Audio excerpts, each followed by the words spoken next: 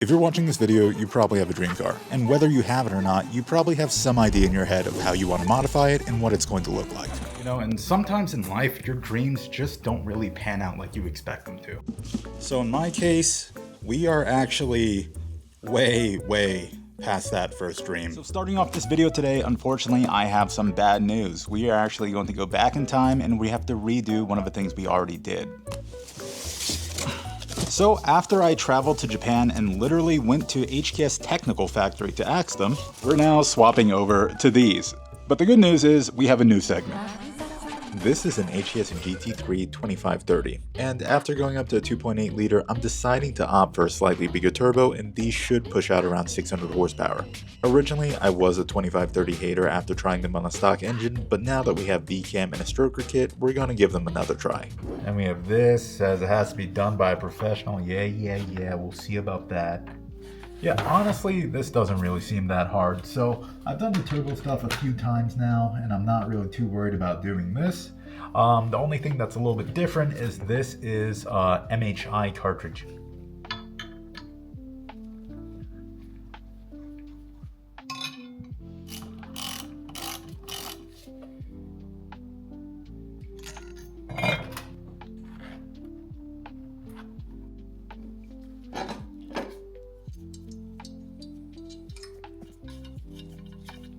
So we're basically caught up to where we were last time, except now we have new HKS 2530s.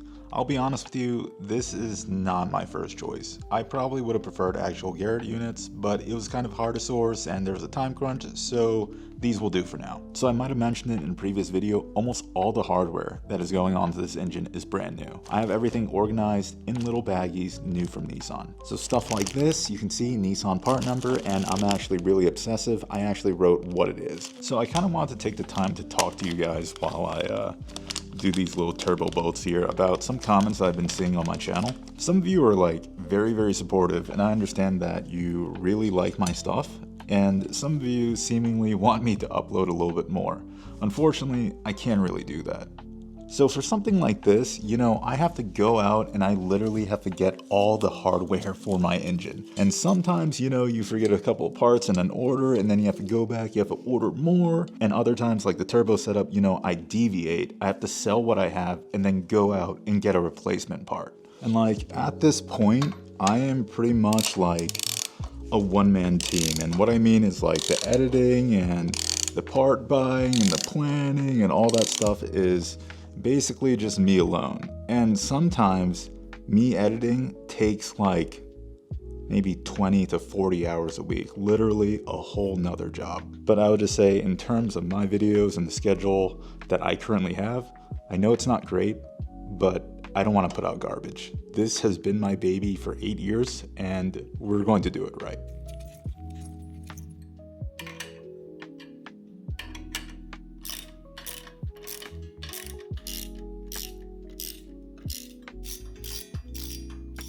So I think the exhaust side is finally complete.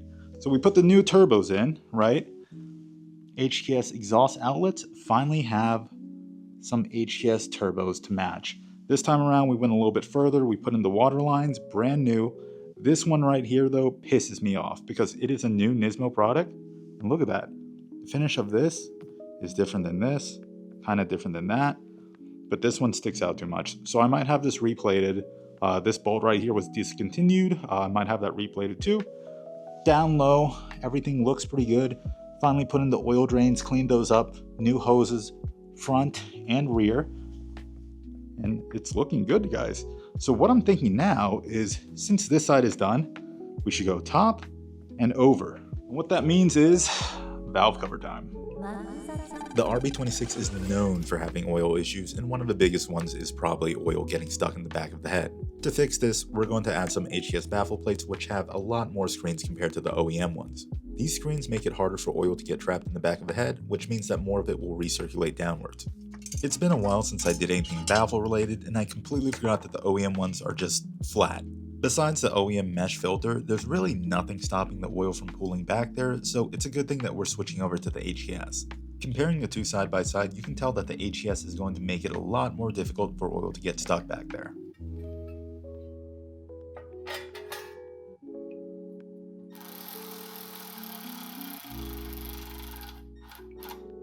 So one cam cover down. I just want to say this is not the final product. We're probably going to powder coat it a different color, clean it up, and I think I'm missing one of the OEM filter baffle things inside. So we're just putting this on for now as a temporary thing just to seal up the engine.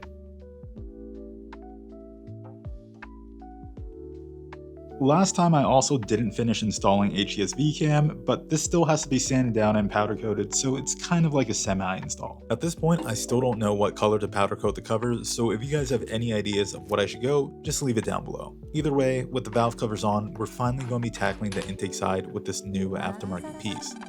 The Tarx oil filter block is one of the next steps to ensuring that our engine is safe from oil issues. This oil block has 2 additional locations for sensors compared to stock that we're going to use to feed information into our aftermarket ECU. This is going to let us put safeties in, like shutting off the engine if oil pressure ever drops below a certain threshold. The oil filter block is also going to allow us to relocate the oil filter from the very painful location underneath the intake collector to somewhere more accessible but still tucked away and safe. We're also going to be using sandwich plate to add a larger oil cooler than OEM. Another cool thing about the Tarx oil block is that it appears to have 2 of these outlets for maybe like an oil feed to something else, which is good because we have HES VCam. So I'm thinking maybe we take a braided line from here, we snake it all the way down, hide it into the oil block. Okay, now it is starting to look like an engine. We talked about the exhaust side. Now we have the covers on, VCam is somewhat in. And for the intake side, we have these new water pipes, we have this oil dipstick tube, mount is in, and we have a Tarx oil block like I said, but there's one more special thing. So I know you see the title of this video and you're probably wondering, Magnus, where does it start getting special? Everything behind me is super expensive, don't get me wrong. Not everybody runs it because of the price tag, but at the same time, it is mostly HKS. You technically could go out there and buy most of it yourself and get an engine somewhat like mine. But there is one part that is so insanely rare, not a lot of GTR owners have it. In fact, I don't even think that they know it exists. I'm talking about this thing. In the early 2000s, there was a collaboration between HES and Top Secret to release cam gears in Top Secret's signature gold color.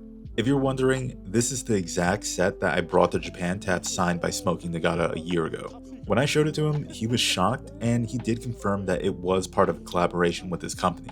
However, at the time, he only signed the intake side, which kind of works out since we're running HES VCam, so we're going to use the exhaust side on my engine. This release was so insanely limited that there isn't much documentation online. In fact, I don't really think that there's a picture of anybody having this on their engine that I could find. So right now, there is one pair for sale online, and it is priced at like $2,500.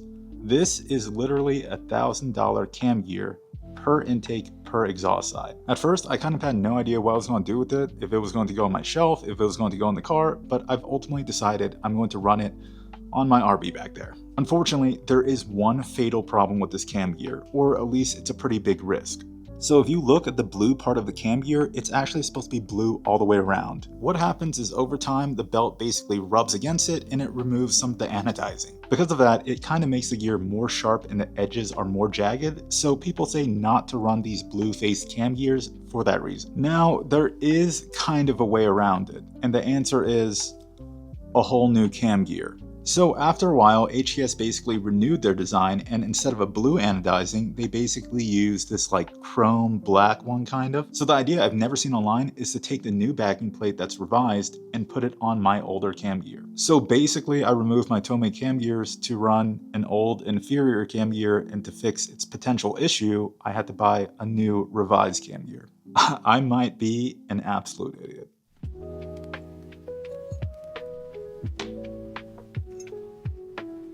I've had this idea for so long, and now that it's right in front of me, it looks fucking insane. Like, I'm looking at this thing right now, and I cannot wait for this to be on the engine. This is such a flex piece, and it is such a rare piece of history on my car. So last time, I forgot to rotate this thing to top dead center, and caused a little bit of issues. Oh, that popped because I have that side covered. Okay, and it looks like we are there now.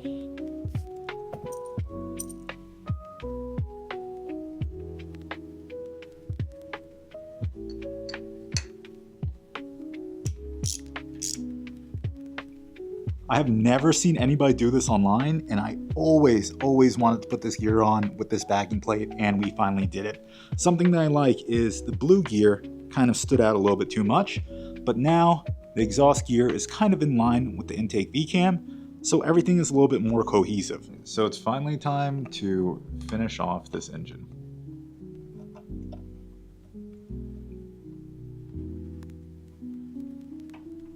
So 1 year ago in this garage, we pulled out the engine, we stripped it down, and today we finally have something to show for it. And like I mentioned before, this is nothing like I originally imagined in my head. In some ways, I think it actually might be even better. Something that I also didn't expect was so many people joining in on my journey. Whether you're liking, subscribing, or bringing up some obscure fact that I talked about 6 months ago that I forgot, you weirdos, I do appreciate it all, and this year, let's close it out and get the car running. Bye.